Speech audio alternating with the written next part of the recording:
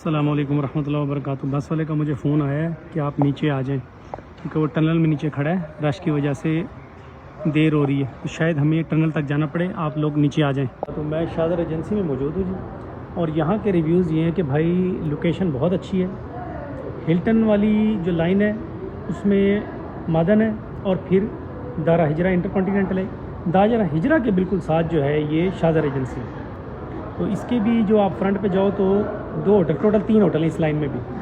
اچھا ہوٹل ہے، لوکیشن قریب ہے بھائی، صاف ستھرا ہوٹل ہے، لوکیشن کے پیسے ہیں۔ اب ٹوٹل اس سائڈ پہ لیڈیز سائڈ پہ چند ہی ہوٹل ہیں، تو اگر 5 سٹار لینا ہے تو پھر میرا خیال ہے کہ ہلٹن ہی بچ گیا۔ اگر یہ 5 سٹار نہیں، شارجہ کے ساتھ ہے ساجہ پہلے 4 سٹار تھا، اب وہ بھی 5 سٹار انہوں نے کر دیا۔ تو یہ گورنمنٹ جو چینج کرتی رہتی ہے بھائی اپنے پیرامیٹرز کے مطابق، so no need to worry, just enjoy near hotels. اور یہ اوپر جو ہے یہ کیفے ہے، اور یہ بھی چھوٹا سا ایک کیفے ہے، سٹنگ ایریا بہت زبردست ہے ماشاءاللہ، یہ سٹنگ ایریا بہترین ہے، چھوٹا کیفیٹیریا ہے یہ ماشاءاللہ، خوبصورت بہترین لولی۔ السلام علیکم ورحمۃ اللہ وبرکاتہ۔ یہ بس والوں کا ریپریزنٹیٹیو بھائی جان آ گیا یہ سامنے، اور بس آنے والی، یہ مجھ سے ان کی ملاقات ہو گئی، آ جائیں اجے بھائی جان، آپ کا ویٹ ہو رہا ہے، آ جائیں۔ اچھا اب میں باہر کھڑا ہوں، بس آ رہی ہے، ہم زیارتوں کے لیے جا رہے ہیں، تو گروپ کو جو ہے وہ لینے کے لیے میں یہاں کھڑا ہوں ہوٹل کے باہر۔ خوش رہیں، سلامت رہیں، اللہ تعالیٰ بہت ساری آسانیاں کریں، اللہ حافظ۔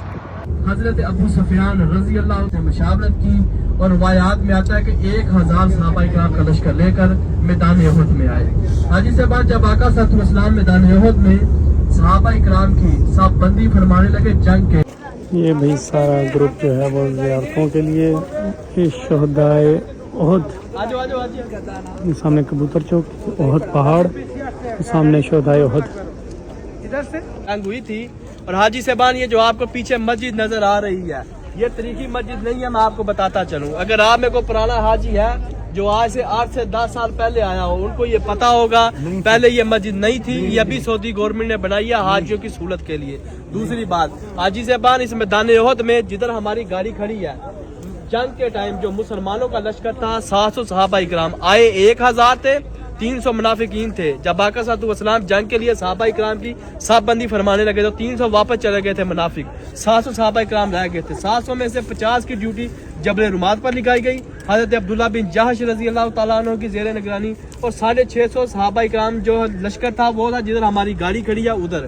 اور یہ حاجی صاحبان جو آپ کو جالگی نظر آ رہی ہیں یہ کالے رنگ کی، یہ اصل میں شہداء کا قبرستان، جو اہل کفار کا لشکر تھا اس قبرستان کی دوسری جانب تھا۔ میدان احد میں مسلمانوں کو فتح نہیں تھی ہوئی، بلکہ اہل کفار مسلمانوں پر غالب آ گئے تھے۔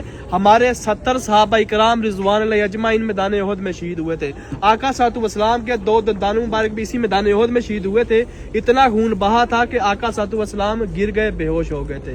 معذرہ جب اہل کفار آقا صلی اللہ علیہ وسلم کو شہید کرنے کی نیت سے آقا کے پیچھے پیچھے گئے تو صحابہ کرام آقا صلی اللہ علیہ وسلم کو لے کر، یہ جو آپ کو سامنے حاجی صاحبان کروا دوں گا، آ جائے۔